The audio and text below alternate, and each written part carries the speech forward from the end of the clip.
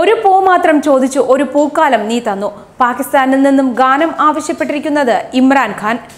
ഞാനൊന്നും കണ്ടില്ലെന്ന് കിണുങ്ങിക്കൊണ്ട് പരിഭവം പറഞ്ഞ് പാകിസ്ഥാൻ റഡാർ.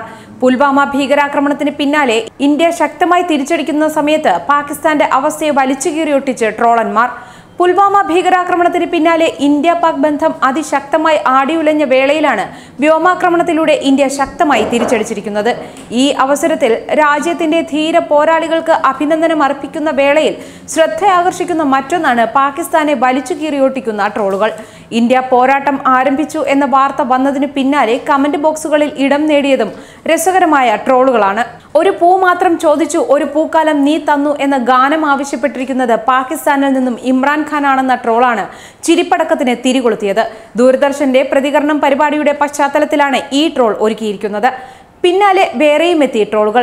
ഞാനൊന്നും കണ്ടില്ലെന്ന് പറഞ്ഞ് നിസ്സഹായനായി നിൽക്കുന്ന ജഗതി ശ്രീകുമാറിന്റെ ചിത്രത്തിന് മുകളിൽ പാകിസ്ഥാൻ റഡാർ എന്ന് എഴുതിയിരുന്നതും ചിരി പടർത്തി. ഇതിന് പിന്നാലെ കടുത്ത മഞ്ഞു കാരണം മൂടിയിട്ടിരിക്കുന്ന റഡാർ എന്ന് പറഞ്ഞ് മൂടിപ്പുതച്ചുറങ്ങുന്ന താരത്തിന്റെ ചിത്രവും ട്രോൾ പേജുകളിൽ ഇടം നേടി.